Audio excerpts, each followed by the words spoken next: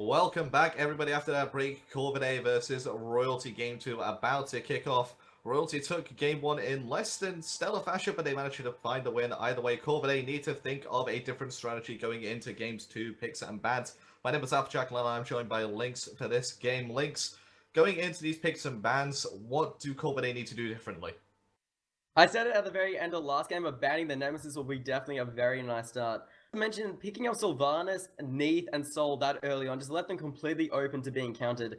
If they are going to pick a flex pick like Neath and Sol, they need to ensure that they pick those up quite sparingly between each other to kind of mess around with Royalty and how they want to ban out their gods. Instead, Royalty had a very easy ban phase.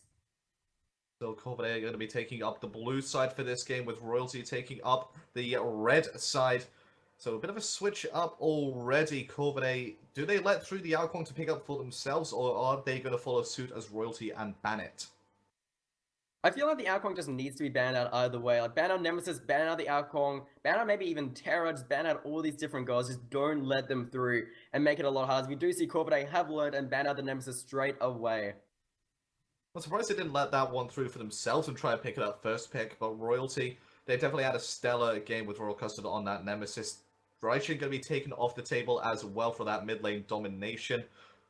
Back over to Corvidae, quite a few high tier picks left open, like your Susano, Terra, Aokwong, suddenly come to mind, and Aokwong going to be the takeaway. Yes, Alcon is just too strong right now, especially with that execute being still at 30% threshold. No matter how tanky you are with tank boots, the Alcon is going to random parade, and similar to Susano with that high CC, high move speed, just high everything that an assassin shouldn't have. He's also just too strong, kind of similar to Raijin. Both of those bands are very similar sort of things. High utility, but also high damage at the same time. But speaking of low damage but high utility, Terra will be the first pick for Corvidae. Well, if you're facing a Terra and she does low damage, they're not playing Terra correctly. You should be leveling up your Monolith as your second ability. You should be leveling up your Crushing Earth as your first ability. So when you get into lane at level 2, boom, you have instant wave clear and instant root and damage abilities. Jingwei and Yanis going to be taken up by Royalty. Yanis did quite a lot of work for them in the last game, so it could, again, see a nice reprise there. Jingwei is going to be touted as one of the top ADCs in the game at this point in time, but also taking away the Jingwei Terra combination, which does a lot of poke and a lot of zoning potential, is a good thing for Royalty to do. And Corvidae, they opt into picking the solo game, but this time they pick up a god we haven't seen today, which is Ratatoska. Last game, Corvidae, they really just didn't have that global presence Royalty had. They had the through space and time, they had that rotation power, and now they have the through the cosmos to just get around the map, kind of similar to a Thor ultimate, but just better. You can basically go between basically solo to mid lane or mid to duo lane with ease thanks to through the cosmos, as well as a knockoff combined with the root from Terra, makes them quite easy targets for a Sol. Well, Sol was played by Pure Might last game, and it did well, so I can see it being put into that ADC position once again. What do they pick up for mid then? Another ADC. Neat's already off the table. Vulcan's taken off the table as well. They don't really need to have a source of physical damage coming from the mid lane, but it would help balance out the damage sources in the team as a whole. For Corvidae, they need one more ban option. It could ban away another jungler. It is going to be that Hun Bats taken off the table. Didn't do too well for them last game. Don't want Royalty showing them up this game with that pick. Yes, and now they could actually, if they wanted, they could look to possibly put Anha in the mid lane, but instead, we see Royalty now, when they go for their picks, they actually pick up the Amaterasu. That will most likely be going to the solo lane. You don't really see Amaterasu jungle all too often, and Amaterasu, she does have that Heavenly Mirror to give her that extra bit of damage mitigation when clearing the way, which is quite nice against a lot of the solo laners these days who offer quite a lot of harass. Well, Sun Wukong and Nuwa are going to be the take-ups there. Nuwa going to be in the mid lane. Sun Wukong, a very comfort pick there for Cry Operator, as he puts himself in a very favourable matchup for himself, unless Raven gets picked up. Yes, so if I put my money on it, I would rather have Raven jungle than an Armor jungle, just simply because the Raven, he can use the Prime Onslaught, he can slow for quite a decent amount of percentage, as well as just a nice quick burst of damage. She has to really charge up her mirror, not to mention she's more of a utility in the team fight. She uses her auras and her stun to really ensure that her team has the advantage. Well, we're in game. It looks like your suspicions were correct. It is going to be the Raven in that jungle role. But Sun Wukong has a fantastic matchup against the Amaterasu. And then pick up the Raven after the Sun Wukong was picked up into the Amaterasu. I was thinking that this was a nice bait coming out from Royalty. Instead, they're going to be playing the Amaterasu into the bad matchup of the Sun Wukong, and then possibly letting Cryoprey to get some pressure up in the solo lane. I'm surprised they didn't even look for maybe the Fenrir, because Fenrir was up. Like, I would much rather have a Fenrir jungle who has all this mobility compared to a Robin. I did say he has damage, but compared to an assassin in the jungle role, you just don't have the same sort of just burst damage and clear as Desecrated getting pretty low from Hazy, but now Trilogy has rotated as well. Oh, they're going to get the first blood onto Hazy. Trilogy with that kill. One more kill could happen here as Royal Custard quite low, as well as Desecrated. Trilogy do what he can to damage. The slow is good, but the minions are here as backup as Royal Custard gets himself out with a low amount of HP. That was an extremely good Clay Soldiers Shining Metal combo there by Desecrating. He just ran the right time. If he was just a second later... Fire minions though, fire minions, Cryoprator getting so much damage onto his spirit, so low as the Amaterasu, but health and multi-potions saving the life there of the solo laner. Yeah, sadly, early on, her auras will not be healing her that much. It's only a small little tick, while Cryoprator, he can just keep going around with the Jingu Bang, just slamming right down both the Minion Wave and Suspira, and even using that Oxform to get a free knock-up as well, if Suspira dares dash using her Glorious Charge. You know, so it's charging up that mirror now, but taking a lot of damage again from Cryoprator and dashing away. If Cryoprator managed to block that one, that was a guaranteed kill for the Sun Wukong. Yes, but over in the duo lane, we do see that actually Jingwei getting pushed on tower. As you said, a Sol Terra matchup. Again, very similar to a Sylvanas Sol matchup. It's quite a scary matchup. The heals, the damage, and the minion wave, it is not easy to deal with. In Casification, he's actually quite a decent Terra. He's both played it in OPL as well as actually gone up against it in casuals, to my despair. Yeah, it seems odd to see both Terra and the Fafnir in the exact same game on the supports and Casification, using the Monolith there as a heal rather than as a damaging tool. It's exactly what you like to see coming out from Terra players, is using the Monolith to its fullest capabilities, both a supportive defensive tool and a supportive aggressive tool. But it's just, the reason it's such a great ability, just because it has such a massive AoE, and as long as she just uses one force of nature, she not only gets her dash back, but she roots everyone in there, and that root is quite a scary little root, as the 3 of the Cosmo comes out from Trilogy. But it goes on to Thegoras, who has that dash when she can use it during the knock to get even further away than you'd like to expect. Fire shots coming out from Desecrator, doing minimal damage at this very low rank 100 damage base. It's okay right now for Corvidae. They got themselves a first blood quite early on. They made sure they got some pressure out of it onto this duo side. But with Desecrator not rotating, they definitely have an opportunity there to get a kill. Not only that, they're now actually sapping away experience from the Terra as well as the Soul, just getting them a much later level fighter than they would like. Trilogy, as you said, all he really accomplished was forcing the Jingwei to dash away. And the thing is, if Jingwei's forced it back, that is not a loss. Jingwei can very easily get back to lane without too much of a hassle. However, if they're able to push out Pure Mind and get him out the lane, that is a much greater advantage, as Corvidae do steal away the red buff from Royalty. If life gives you lemons, you make lemonade out of it, and that's exactly what they've done. They found themselves with something to do, they did it, and they got themselves some more accelerated farm, and denied farm to Royalty as well. Because they let Royalty get to late game last time, which is where the team comp was most scary. This time, Royalty's team comp really centers around the mid-game potential when they start to group up and start to rotate as a team and get these warriors involved. Raven does well early, Amaterasu does well late, combining them for a superior mid-game. Yes, not to mention the fact that this game they've also actually been taking advantage. Like you not said, like they had a rough, they let them just be patient. But this game as well, they've actually been doing stuff. They've been finding advantages. Unlike last game, they actually choose to push them because that's what they've been needing to do last game. They just kind of stood around idle. They waited for a gold tree to spawn. They waited for camps to spawn. They didn't take that initiative and push into towers. But this game, they are very much not understanding the fact that just due to the fact they have a Raven jungle, they can be a bit more aggressive than you. Just because Raven jungle, especially with tank boots, won't be outputting that much damage. But he is leveling up his Prana Onslaught, which is of course on that 9-second cooldown rather than the 8-second which it was on before his recent nerfs. It does a fair bit of damage and gives a nice bit of a 25% slow. Quite a lot of slows already for the side of Royalty, which is good in the early game when the sprints and some wind blades start coming online. The 3 of the Cosmos has been used and it knocks up 2 people. They may be looking for Royal Custody as the stun comes out onto now Raven. The stun again, but it's going to be immune this time with a Mystic Rush. As the Terra's Blessing also been popped there from Corvidae. Quite a lot of investment onto something which is only going to get Roller Coaster down to half HP. And the only other thing they got from that was the 3 space and time, and that doesn't take too much longer for Hazy AF to get back up again. He's not going to really be looking to find kills. He's mostly going to be using it currently right now for more the rotations or objectives secure. So Royalty, they can just sit back and understand the fact that a lot of, especially Terra's ultimate, it is one of the longest cooldowns in the game right now, and it is definitely one that can swing the tide of a teamfight, and blowing it this early, just looking for that one sort of kill, it may be worthwhile if they got the kill, but since they just weren't able to find anything, it just comes off as really just a waste. You know, they engaged with a purpose there, though. They got the left side mid half piece. They made sure Royal Custom was low enough so we could contest the right hand side as well.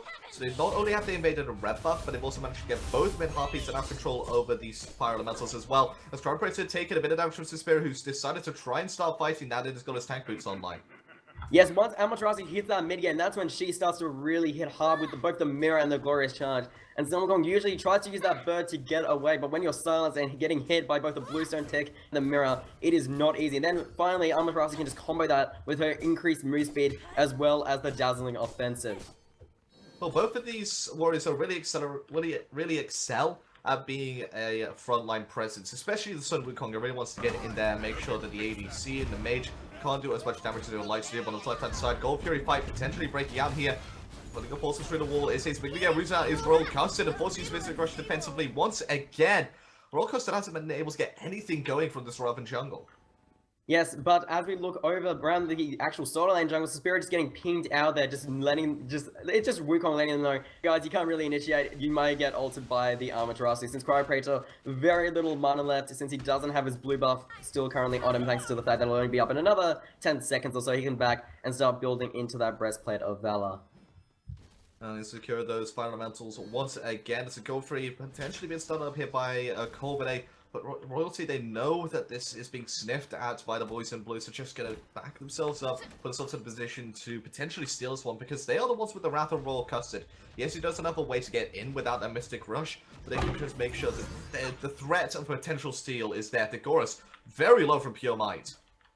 Yes, but that is not going to be enough, as he can just back and get right back into the lane again. This is not too bad for Jingo, especially since she's already starting to stack up the Devoureur's gauntlets. He can just pick up a part of her boots, possibly some wards as well, and just fly right back to lane, as you can just watch her flying across the sky, just gracefully getting right back in between the tier 1 and tier 2 towers without a care in the world. That's the real issue. Pure Might last game, he was able to punish Fulgoras for being greedy or being overextended on the run, but it's, as I said, just really hard just to punish this Jingwei. They have a lot of tools at their disposal to make sure that they can punish his streamer. They have some stuns. They also have a lot of... Over in the solo lane, though, sorry, Cryopraetor getting bursted there thanks by the Through the Cosmos from Trilogy, as well as the Terra ultimate being used. Well, I saw that Suspiria was low, but I thought he managed to get back to base. Obviously not in time as rotation came out for Trilogy, but stopping Royalty from doing the Gold Fury. RPO made a Kaiserfication. Might be a mistake there for Soul. Forced to pop the shell is Kaiserfication. Trilogy made his rotation as well. Shank got taken a fair bit of damage there from the rotation from this Ratatasker. But now that's just left Cryopraetor completely free tier 1 tower on the solo lane. Even though the teleport's about to come through, just allowing Suspiria to get back in time. Cryopraetor just playing it a bit more safe, not trying to rush down that tier 1 tower, understanding he can get whenever it wants as the Dazzling Offensive comes out, as well as the Somersault Cloud. Well, that Dazzling Offensive also managed to charge up that Heavenly Reflection, so it got the wave clear up online for Suspiria. Not the best use of the ultimate, but it forces out the Somersault Cloud from Cryopraetor, meaning there is a possibility for a rotation from Royal Custard to get a kill onto this Sun Wukong. Yes, but he's just going to back up. He doesn't have to worry too much. He's already building into what looks to be possibly a Void Shield onto this Wukong to be even more that annoying frontline presence in the teamfights, similarly to how Trilogy is also building into the Void Shield as he's just finished it as we speak. But now over in the dueling seat, Kaiserfication kind of chilling around with Pure Might, just giving a little bit of assistance, popping out that Monolith, giving a little bit of extra healing and a bit of extra lane clear, and now just rotating back to get a bit more farm. So, I talked about a bit before that Royal Custard has been able to get something going for him in the jungle with this Raven. He is 2 levels and about 800 gold behind Trilogy on this Ratatasker, who's only gotten the kill and an assist so far. No Gold Fury has been taken by either team, so this is just pure raw out-farming by Trilogy right now. This is just to go to prove the point. There's a reason why Assassins are picked for the jungle, especially just simply because, one, they can clear camps better, especially gods like Ratatusker with the Acorn Blast, the Dart, and the Flurry. Not to mention, it's just he's been forced to build into tank boots as well as he's trying to build this void shield, but he's been put behind because he just doesn't have the same rotation level. He doesn't have the same sort of gank potential as someone like a Ratatuska or even someone like a Nemesis. He just can't do what these guys are doing in the jungle. If you're gonna have a warrior in the jungle, you usually have it there for a bit of utility, which means that Amaterasu would have been in a better position to put her into the jungle, put Raven into the solo lane, which is it's why it still doesn't make any sense to me why they then pick the Raven as their final pick with the Amaterasu already locked in, to then not put Amaterasu into the jungle where those Benevolent Auras would have been more effective. They could have then looked to afford, they could have to chase, escape a lot safer, or to possibly push up a lead for themselves. But diving into the backline is Trilogy, and Royal Custard again going to be the focus on everybody's mind. 5 shots coming out as well as Somersault Clad. They're looking for the kill underneath the tier 2, and Cryoprator picks up the second one for the game for himself. Yes, and Shang trying to use the Tronic form to keep them out of the tower, but that is to no avail. Terra ultimate is popped as well as the Goras trying to get down in the backline, but the heals are just too much. And now Corvidae are all grouped and looking in the mid lane, possibly to get this tower as Cryoprator just rotates right back to the solo lane, understanding he can get himself a nice free T1 tower with no objective fight. Oh my, the Goras taking incredibly low there by the dash in the Acorn stun as well as the Supernova from Purine. One more basic attack on Spirit. In fact, a couple more should do it. He was missing every single one. That Stellar Burst is not going to do anything. It's completely off the mark from Pure Might, but the tier 1 tower falls down. That's what Corvidae came for, and that's what they're going to get. And now all they need to do is rotate back around into these mid camps and just pick up every single bit of lost farm they haven't been able to get during those team fights. If they want, they could even maybe look for this Gold Fury, but they are sitting very comfortably. Corvidae having a look at the grass. 4,800 XP, gold 3,200. This is a very stark contrast from last game, where it's just very neck and neck until the very end. Corvidae, they've just been playing so much better this game. They basically figured out Royalty's MO, and they've just been playing it they've just been playing 100% better than last game. Well, for me, last game came down to the difference in the solo and his ability to be a frontline presence, with Amana piloted by Suspira able to do that job much more effectively than Cryoprator on the Guan Yu. This time, they've given Cryoprator his comfort pin, they've given him his son Wukong, and he's just performed to the highest potential possible on him, and made sure that Suspira has had a horrible time in lane, already sitting 3 levels below, as well as 1,000, just shy of 2,000 gold actually. That is... For a solo lane, that's a really massive difference. Just Suspira, as you said, it's been constantly procced. And the thing is, Amaterasu, as we said, mid-game, Son Wukong can do quite a lot of the early and mid-game. And just Suspira not being... The thing is, when you pick out the Amaterasu, if you had something like a Fenrir maybe to allow her to basically get to lane before the Son Wukong, maybe she could have had parity for a little bit and just basically held the lane. Not win, but maybe just hold the lane. But now, since that Raven jungle basically kind of slowed down the pace of Royalty, it just had all these ripple effects, all these repercussions that Royalty are really starting to feel the effect of, even though, as we see at the score, it's 3-0 right now. Fury going to be warded up by Royal Custard. Trilogy was on this right-hand side, making sure that Cryoprator had this option if he wanted to go in onto Suspira once again. But so far, no plays have really been made out. This Gold Fury has just been warded up, just been stood around from time to time by both teams. Corvidae really need to start taking this initiative, though, and taking this map objective. Yes, they have the ultimates, they have the attack speed, most certainly from both the New Eye Clay Soldiers, New Eye herself, so to easily burst down the Gold Fury. And now it looks like they might actually start, as the minions are slowly starting to whittle away this Gold Fury, but Royalty, they are in the area and they are looking to finally get themselves a Gold Fury in the set. Well, through space and time, Chester raises all those clay soldiers and Trilogy forced to go up onto that through the Cosmos. They might engage here. It's Cryoprator on the backline, a double knockup, but Shank's going to immune his with that change of draconic form. The Spirit does the dazzling event, tries to do what he can, just stuns one, the Purification Force on the other. Shank being stunned out, in a bit of trouble, in a world of hurt in the backline actually, as Cryoprator do what he can to stun the rest of the members of Royalty. Cryoprator just sitting on that cloud, looking for someone, finds Hazy AF, but on the other side, Takehisa catching getting a nice 2-man root, as well as the 5 shots about to rain down hell onto Suspira, as Royal Custard is put extremely low. Trilogy still tasting, as Cryoprator gets a kill on the mid lane and Hazy, and Royal Custard just within arm's reach of Cryoprator, but he's just gonna push away the mini wave. He can't dive that deep. Royal Custard just able to get away. And it's just making sure that the Goras and Severa have to defend that tower instead of teleporting in towards this Gold Fury, which has been taken by Corvidae. Good starting from Cryoprator and Trilogy means that this objective was completely free. They get a kill, they get the Gold Fury in, they starting to put a lot more pressure onto Royalty. Can they respond? Royalty, they have to put their faith into Hazy. This game, unlike last, he hasn't been able to do as much as he would like. Currently on the player damage charts, he's currently 4th from the top at 4,800 compared to the Ratatask of the Soul, as well as Cryopraetor on Wukong, who only has 1 damage item. That is to be kind of expected from Wukong. But Soul is Pure Mind and Soul has been doing a much better job of providing that magical damage in the teamfight. The 3 space on time was nice on that Gold Fury, but it was just that little bit too early, and they couldn't really capitalize on top of that. Fafnir, all you could do was try and dive in there, but the Terra ultimate just kept healing them and healing them. This is the kind of sustain that really that Corvidae needed over a Sylvanas, and certainly just Terra was banned away last game, but this game finally Corvidae have found the sustain they needed in their lineup. The ward coverage so far has been pretty excellent from both teams, especially on this left-hand side. You can see how much ward coverage has gone down from Corvidae, especially aggressive wardage around this red buff. Once that spawns, they will know and they will call for an invade on it. Left-hand side, Pure Might and Tagoras engage in a small exchange of words, but nothing more than that as Tagoras playing this one safe. Yes, and now we just see Chaosification as well as Massacre just kind of hang around the mid lane. They understand they can't go into 3 members that deep behind a tower. They will just get picked off. And instead, they're just going to opt to clear out the wave. Numa have been doing a great job this game, being able to maintain Doom stacks throughout the entire game, and has also opted into the Pythagorean's piece, a really nice choice, simply because the Soul is also a magical god, meaning that both of them will benefit quite nicely, as well as the Terra not as much, but she still will get a nice little extra benefit from having that magical lifesteal.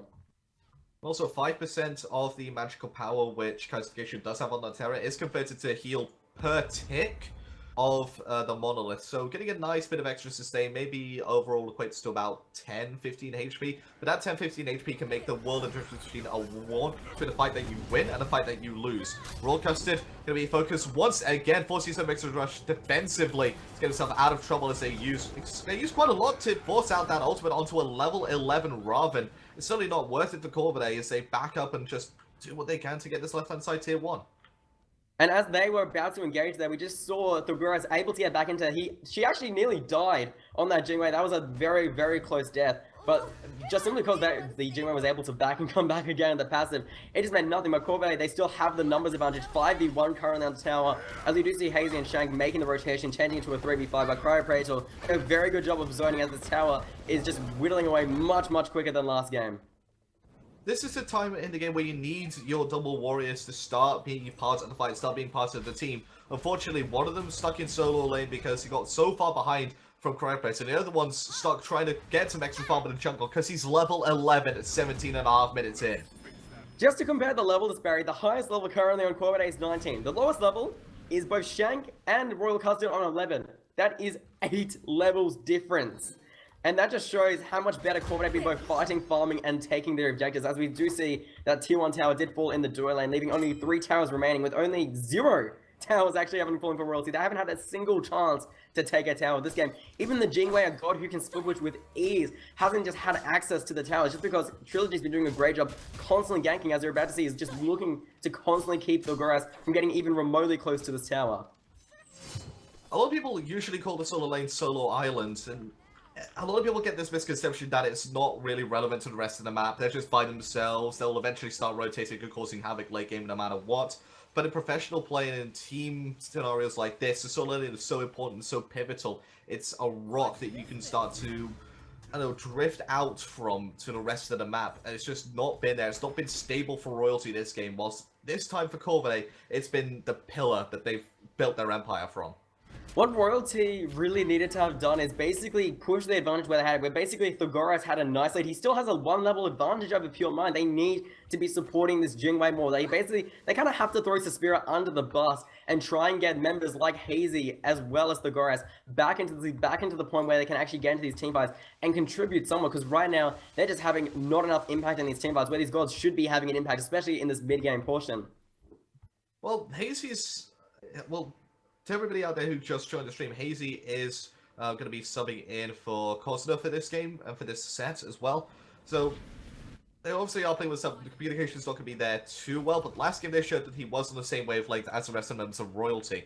Unfortunately for this game, they've been playing on the defensive, and as a defensive Janus, it's harder to then make sure you get those rotations that you want to onto the enemies to try and punish their mistakes, and it's a lot harder for the mid lane to perform as you would like it to do. As the mid tier 2 going to be under a lot of attack now, and Corvidae looks to try and take this one without accelerating the fights as much as they want to. Yes, the Jingwei persisting us, just trying to keep them out just for a little bit longer, but Cryopractor is still sticking under that tower. Desecrator getting rooted, but forced to use his purification and backs away. Pure Might though still very nice and healthy, and the Monolith is keeping everyone above that 50% threshold. There is no way Royalty can look to engage and hope to win this 5v5 team fight. If there's Mars Trilogy, he's now just rotated over to the Soul Lane, and he's going to actually be pushing it up, trying to get a nice little split push going on. Yeah, he's doing what he can because he recognizes that Corvidae, they can fight if they want to, and he can rotate incredibly quickly with that through the Cosmos. I mean, the distance you can traverse with that is about 2/3 of the way from one lane to the other, so it's not like he's not out of the fight completely. They're not in a position to fight right now as well, so just making sure that somebody's over on another lane, and possibly even force a rotation from a member of Royalty, can make sure that they can start to take a 5 versus 4 in the mid lane, should they choose to do so. Unfortunately, Hazy has DC'd, the pause from Thegoras has come out. He's going to be building into the same build he did last time with the Executioner, then going into the Kid Size. I can see him then building into the Titan Spade once more, but this time, as his final item, I don't see it being a Brawler's Beatstick. I can see it being more damaging. I can see it being sort of like one item crit like a Malice. Malice would not be too bad, or maybe even going into the double crit, picking like a Wind Demon Malice or Wind Demon Deathbringer, just to actually allow them, or maybe if they really want to be on this defensive, just not want to fight at all, they could just go into a Crusher instead and allow Thegoras to basically try and split push and hope they can last long enough for Thegoras to get these targets. Well, there's 6 towers still available to take down. A Crusher may be able to help you take down towers incredibly quickly, but you're not going to be able to take down 6 towers by yourself. Yeah, and sadly, and by that time, possibly Corvidae could have already gotten the fire giant. That's the real predicament Royalty in.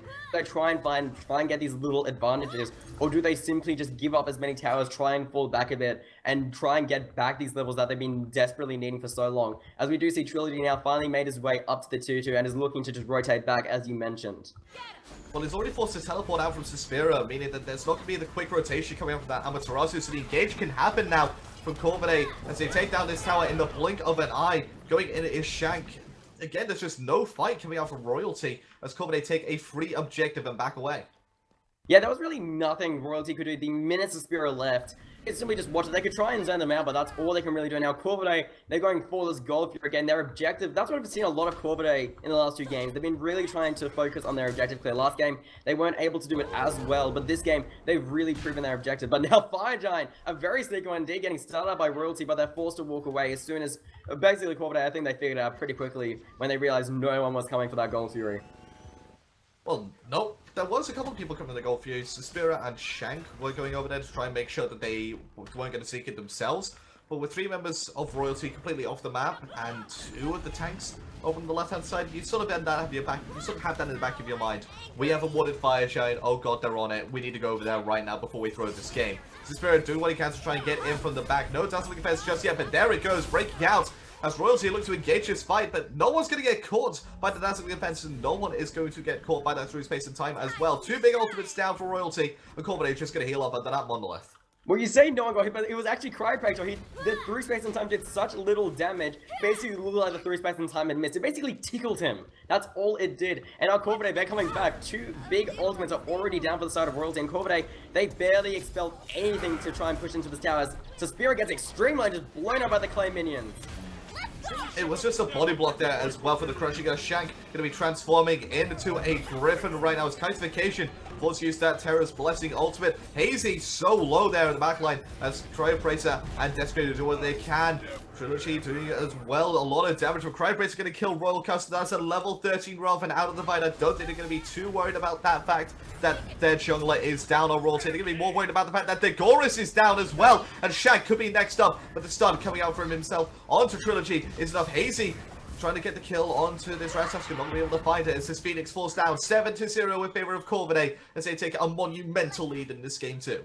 That Phoenix is one of the biggest points that Corvidae could have got. After that missed Fire Giant, they tried to sneak away. Just Corvidae completely turned on its head. Now the experience difference, 11,100, 9,600 gold. That is a very big gold lead. And it's only 7 kills. It's just simply because they've been farming so much better than Royalty. It's not that they've been farming so much better, it's that they've been punishing Royalty so much better. They've been invading when they can, they've been getting the contestable farm a lot easier, and they've been getting the objectives and punishing the rotations coming out from Suspira and Royal Custard. And both of them, they've been put so far behind so far by the first blood coming out for Desecrator onto Hazy. Just that one first blood, that one step out of position has really snowballed into this massive disparity between the junglers and between the solo laners. Just have a look at Royal Custard and Trilogy's build. You can really see the difference. You see Trilogy start off with the usual build, goes into the Void Shield for that extra bit of pen, but also a nice bit of defense. But for the rest of it, he's been able to buy into the pen, which you usually see from Assassins. You want to be buying a lot of pen, especially against the tankiness of the rest of the team, even though they haven't been able to get that far.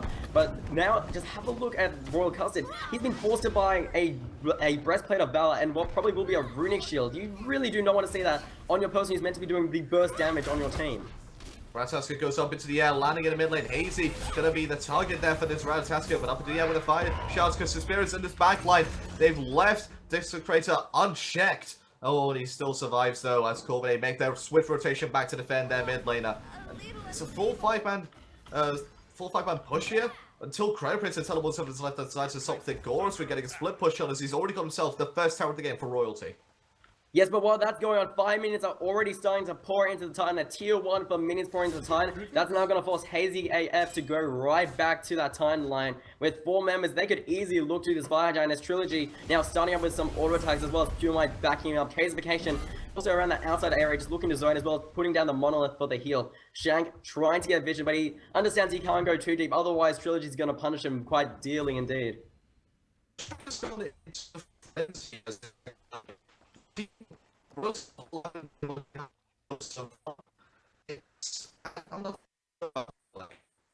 All I could hear was Frenzy, but with the Frenzy being picked up by Shang, it's actually quite a weird pickup. The only real person who can make benefit of that Frenzy is the Jing Wei. So simply all they can do is give the Jing Wei a bit of extra power. Maybe the Yanis, just no one else is going to be providing that damage. The Frenzy seems like such a waste. You could have gone something like a Med, you could have gotten things like a Curse, you could have got a Blink, a Sprint, even maybe a Wrath, just so they can maybe secure a Fire Giant if not. But instead they have been forced in. The Frenzy is just such a weird pickup. It's almost like a defeat is actually like, we're gonna lose, I may as well pick up this troll item, it almost seems. I don't really know. As Corvidae are now actually pushing up this tier 2 tower in the dual lane with a teleport coming up from Suspiria and a jump over the wall from Shank. The 3 spacing time does connect, but again, Cryopraetor just tanks it up, not feeling the punch at all. And now Corvidae are grouping up as 5, backing up into the Monolith for the heal, just waiting to see what Royalty will do next and waiting for their next ambush point.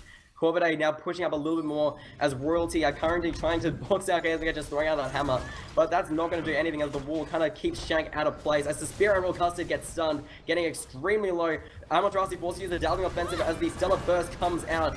All of Royalty now back under tower again as the Through the Cosmos is being used by the Ratataska, hitting Hazy as well as 2 other members. The Terra Ultimate will provide a nice bit of extra cooldown and mana. But now they're just trying to find the tower. Trilogy getting actually very low there, but he's just going to walk right back into the Monolith as Royal Custard keeps getting lower and lower. Shank currently getting boxed under tower. He's trying to use the breath. Hazy also extremely low. And Corvidae, they're just still going and going. Even though the right side Phoenix is respawned, minions are going to take it as well as this tier 2 tower will fall.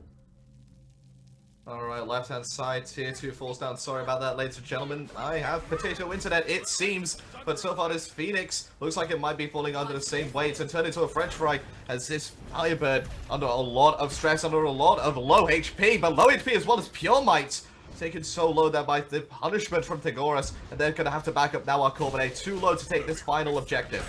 That was really close to Pure Might. If he did not have the Disabler, I was about to say he would have died to Hazy F, but it looks like he does. Anyways, Hazy F gets a lovely double kill with a 3 space in time. And now Cryopraetor might be the next target as all of Royalty are chasing him. This is the one time they needed a fight to win. The Somersault Cloud does come out as Cryopraetor is trying to find just that one safe space to land.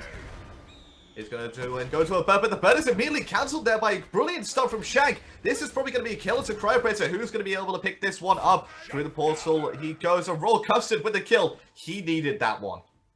Finally, the first 3 kills happen 27 minutes into the game. This is their beacon of hope that Royalty were looking for. Corvidae, they've been playing so well up to that point, and they just slightly overstepped their bound, understanding that without that Terror Ultimate, suddenly, Hazy F, he's starting to hit a lot harder. He has that Cronus Pendant, he has Obsidian Shard, Dynasty Plate Helm, and Shoes of the Magic for all this pen as the tier 1 tower is starting to fall. And now Royalty, they're on their revenge path straight to the Smith Phoenix. A good rotation, a good quadru knock-up from Trilogy. Gets a kill for himself, and Hazy forced to run between the tail, with the tail between his legs. as he gets away with his lowest amount of HP. The fire shot's already been used from Desecrator, so no kill there. And now we just see Royalty now backing up again. They lost one too many there. They really need Fagoras for this push. Without Fagoras, they can't actually take a tower. They just don't have the damage to take it. It's their one single attack damage carry. And that's really the crux of Royalty. They can get these wins. They can get these teamfight wins later on. But if Fagoras is down, all they can really do is half damage a tower and then be forced back off away as Corvidae come up pretty quickly. Rollcoaster low, through space and time, already been forced from Hazy, but he's got himself 20% CDR, going to be back up in about 60 seconds. So for the next minute, Corvidae have a free engage on anywhere on the map that they so choose to do. So left side Phoenix is going to be where they make their first initial prod at this Phoenix. I don't think they're going to be able to find it though, as the transform into a Griffin comes down from Shag. The fight breaks down, Stringy goes up onto those branches of Yggdrasil, lands straight down onto the two warriors. They're both knocked up, but no damage comes out. No follow-up for the rest of Corvidae, as a bit of miscommunication means that a lot of damage puts onto Trilogy. But now the Titan is still taking a lot of damage, and that Monolith is just keeping them there constantly. And thanks to the Sovereignty being picked up by Corvidae, by Trilogy, not by Casification, I should say, it just allows them to hit that additional HP 5 as Tyrapraetor just dive the tower, give Corvidae just enough time to get that second Phoenix, and now they're moving right on to that third and final Phoenix, trying to look for this win. Well, they don't even have to go for the third and final Phoenix. All they have to do is get one more fight win, and then they can just walk into the Titan and take it, because in fact it's only down to about 9,500 HP. In fact, it's down to 5,600 thanks to the 5 minions already there, and Roll Custody can't clear them out. Winions are doing the dirty work. Yeah, simply because he just has no damage whatsoever. Corvidae though, now backing up after taking that second Phoenix on the dual lane side, that leaves them completely, not completely, but it leaves them a much easier opportunity to take the Fire Giant. The only Wrath on the side of Royalty is on Royal Custard, and he hasn't been able to get anywhere near the majority of these team fights, or just get anywhere near the main objectives that they've been fighting over. And the 3 space and time, even though they've been on the point later on in this game, it still won't be enough if they just time it right, and Corvidae just wait and be patient for the right moment to take this Fire Giant. Well, Hazy hasn't had the opportunity in the early game, or even in the mid game, to use that 3 space and time as a rotational tool for the rest of his team to then take fights or even ganks to try and get some kills and start building some momentum for his team, because they've been behind from minute 1. In this late game, he has been able to find a couple of snipes and a couple of kills, but it's just been too late for the members of Royalty to then start building upon that. They have to find 2 or 3 more fights like that, where they may take a couple of spills, but they get more worth out of it on their end before they're even allowed to really start thinking that they have a way back into this. Having a look at player damage now, as we see Corvidae kind of grouping up in this mid lane, you can just see the disparity between Corvidae and Royalty. The only person on Corvidae who's just really below the rest of Royalty is Casification, and he's been doing so much in the way of healing, that doesn't really matter. It just shows how much of a difference there is, as Corvidae are now looking to die this Phoenix, with Pure Mind getting very low though, forced to back away with the Separate. And when he has the heal coming out from his first ability, down comes Trilogy with that landing. He's gonna miss the Spira though. That's who he was looking for. Pure Mind already forced to use that Sanctuary. The Trance Blessing comes out as well as the Shell. Very tanky to members of Corvidae, and Royals, you notice, they're gonna back off. They're gonna write their losses. They may have to cut their losses on this Phoenix as well. Stunned out of the agility is the chorus, and this Jinwei's in a lot of trouble right now. Crown Prince makes his presence in the back line, gets the first kill. Royal cuts it in the front line, also falls down. Pure Mind picks up the second kill in this fight. Third Phoenix falls down. They're going to get this right side Phoenix again. We need a total of 4 Phoenixes falling down. And with all 3 Phoenixes down, Titan already below 4,000 HP. Royalty have no real way of coming back. Very rarely do you see a team come back from losing 3 Phoenixes, especially from this far behind. Corvidae, they could just look to basically just burst the Titan out, especially since Soul has that supernova. But Hazy AF with a good 3 space and time, unstable, unstable manifest anyway. The Titan just falls anyway. It was a nice kill. It was a one. It shows why Yanis is still a thing in the meta, and shows why he still needs getting looked at by the balanced team. But it was just too little, too late. Pure Mind. It was a martyr there. He died so the rest of Corvidae could go in and take that win, as they managed to tie the series 1-1. It themselves a 10-4 win in 32.5 minutes. That was a much just more strong game from Corvidae. Last game, both teams, they really didn't have their objective control on point. Actually, this game, I don't think a single Fire Giant was actually picked up this game. They just ignored it completely and went straight for the Phoenixes instead, which is a respectable thing to do. A lot of teams think they need to actually get their Fire Giant. They need to get it before getting Phoenixes, but the lead is just, that lead was so already important that they could win anyway. Still joining us is, of course, our man of the match. It's Cryopracer for the side of Corvidae, the solo laner. How are you doing today? I'm doing pretty good, thank you. Oh. Well, as it was a 1-1 split in this game. Of course, you guys took the second game. What do you felt went right in the second game compared to the first one?